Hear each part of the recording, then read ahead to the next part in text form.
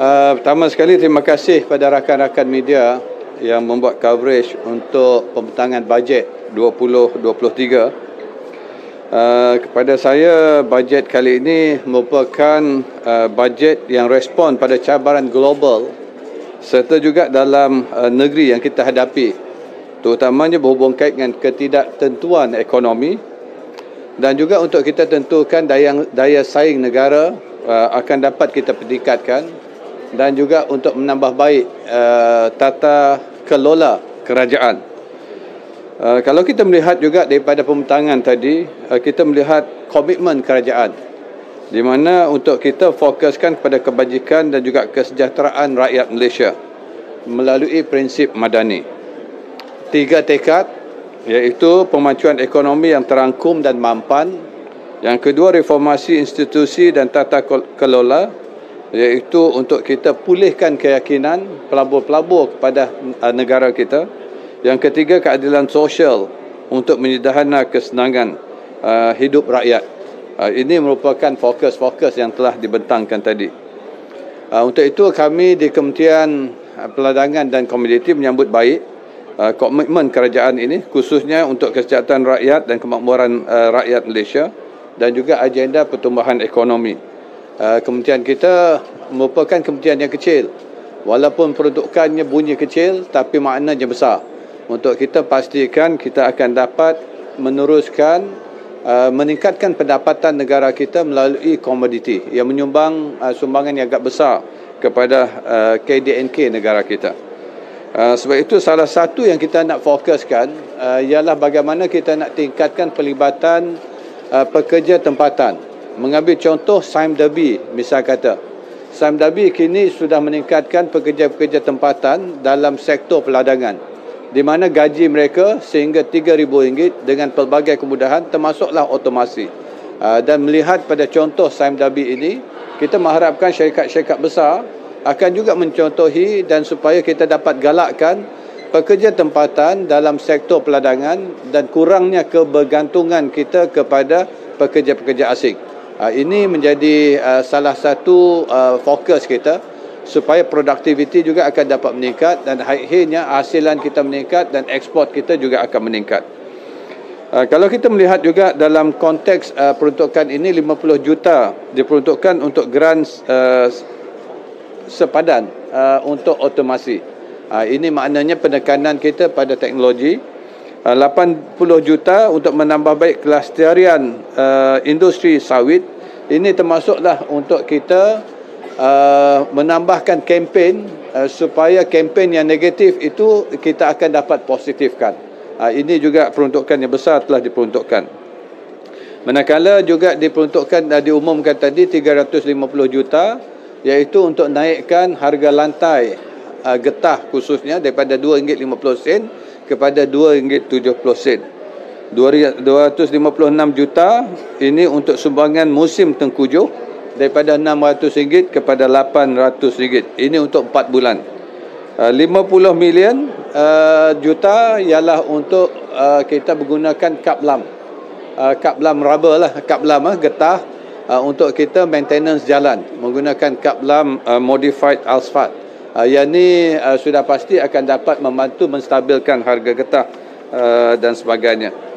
Manakala untuk Sabah dan Sarawak, yang Amat Berhormat Perdana Menteri menyebut secara spesifik tadi, saya untuk menerus menjaga khususnya pembinaan PEN Borneo dan juga lebuh raya yang menghubungkan Sabah dan Sarawak.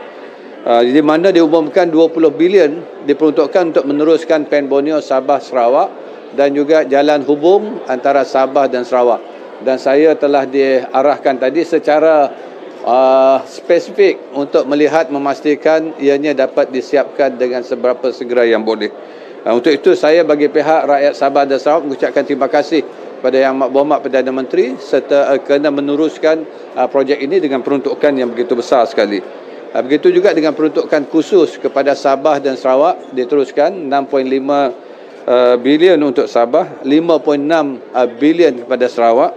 Manakala untuk peruntukan di bawah 11D, Sarawak telah dinaikkan kepada 300 juta tiap-tiap tahun. Ini akan membolehkan untuk kita menyegerakan segala kemudahan pembangunan di Sabah dan Sarawak itu sendiri. Di samping itu, untuk mempercepatkan pelaksanaan, mana-mana projek yang bernilai 50 juta ke bawah telah dipersetujui akan dilaksanakan oleh Jabatan Teknikal Sabah dan Sarawak. Ini saya harap akan dapat memudah carakan pelaksanaan, sebab bajet kali ini dengan peruntukan yang besar tidak akan dapat berjaya melainkan pelaksanaan itu dapat kita tingkatkan.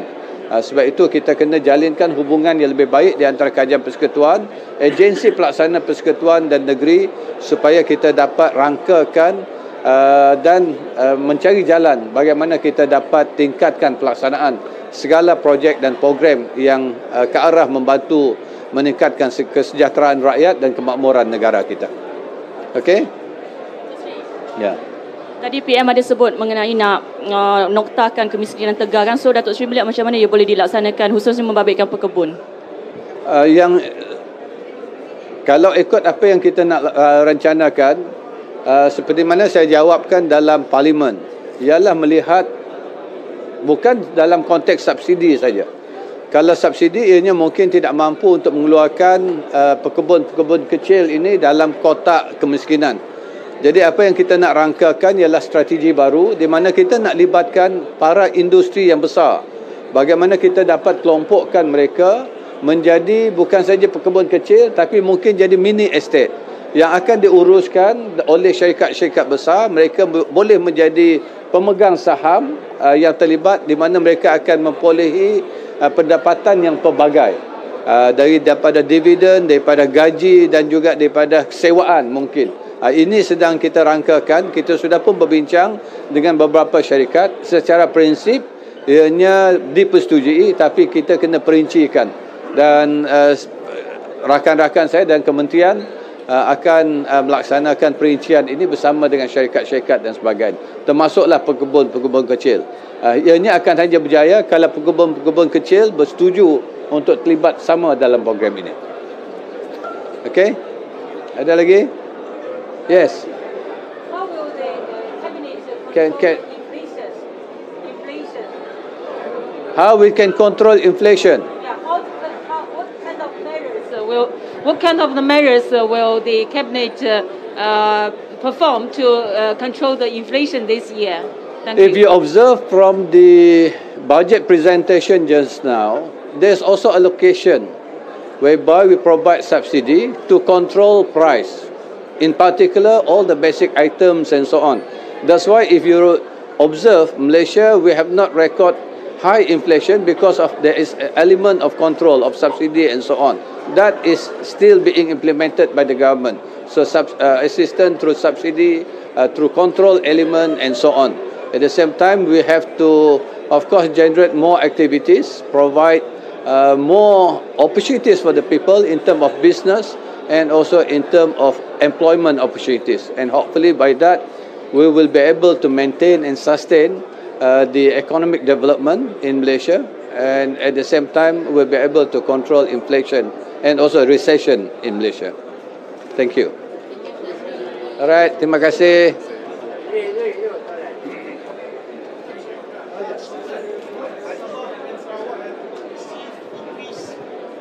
Budget.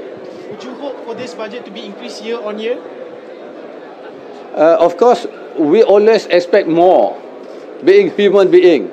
But end of the day, it depends very much on the affordable, whether government can afford to provide us such provision. So what we are doing now is whatever provision that is provided for in this budget, to make sure that it will be implemented efficiently and effectively, so that it's more beneficial to the people, to make sure that there won't be any what we call the ketirisan akan dapat diselesaikan. So effective implementation is what we should focus on. On your project, what other projects in both states that you are focusing on? The other one just now is the Sabah Sarawak Link Road, border road, and also the improvement of all the CIQ in the border, and also throughout border between Sabah, Sarawak and Kalimantan, because Nusantara will be, the new city of Indonesia will be in Kalimantan. So that's why we need to improve our connectivity, so that because there will be much opportunity from the other side and also from our side.